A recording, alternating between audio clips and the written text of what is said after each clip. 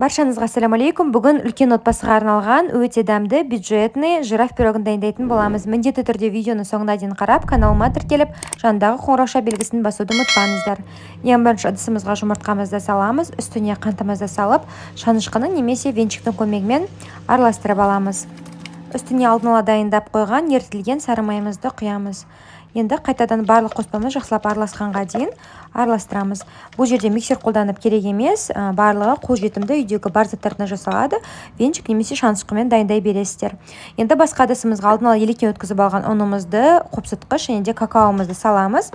Жақсылап тұрып араластырамыз. Құрамына қажет заттардың барлығын осы видеоның астындағы описание бөліміне жазып кететін боламын. Толықтай міне біз құрақ қоспамызды араластырып алдық. Енді сұйықтығымызға екі реттен бөліп саламыз. Бірінші жарты бөлігін салып алып, венчикпен араластырамыз. Толықтай бізде барлығы араласуы керек. Енді біз қалған құрақ қоспамызды толықтай саламыз. Енді қолымыздың көмегімен жұмсақ қамыр илейтін боламыз. Міне біздің қамырымыз дайын болды. Қамырды екі бөлікке бөлеміз. Бір бөлігі кішкентай ғана болуы керек. Ол біз пирогтың бетіне қолданамыз. Қалған бөлігі үлкен болады. Тоңазытқышқа салып, бетін жауып, кем дегенде 10 минутқа қойып қоямыз. Оған дейін салмасын дайындаймыз. Сүзбенің үстіне жұмыртқа, қантымызды саламыз, қаймақ саламыз. Қаймақ міндетті түрде 20%-дан жоғары болуы керек. Және де жүгері крахмалын қосамыз. Жүгері крахмалын ұнмен де алмастырсаңыздар болады. Дәл осы мөлшерде ұнмен алмастыруға болады. Енді жақсылап тұрып шанышқының көмегімен осы барлық қоспамызды араластырып аламыз. Сүзбе кез келген қолдансаңыздар болады, үйдікі немесе дүкеннің сүзбесін қолдануға болады.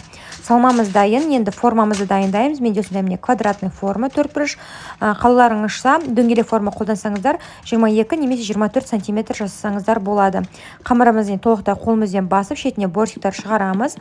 Ыңғайлы болу үшін бокалды немесе стаканның түбімен осылайынан басып шықсаңыздар болады. Сол кезде біркелкі болады. Енді үстіне салмамызды саламыз.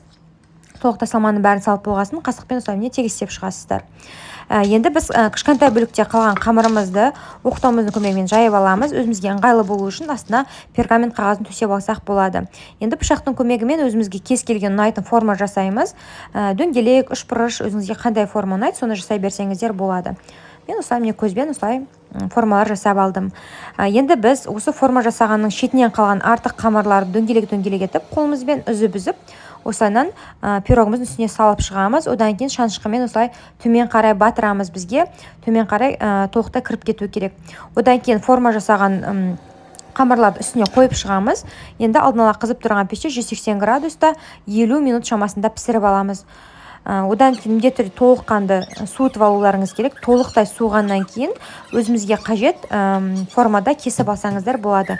Мен міне осындай кішкентай 4 бұрыш форма ретінде кесіп алдым. Міне біздің пирогымыз дайын болды. Өте оңай жасалады. Міндетті түрде дайындап көріңіздер. Және де видео ұнаса каналыма тіркеліп жанындағы қоңырауша белгісін басуды ұмытпаңыздар. Кездескенше.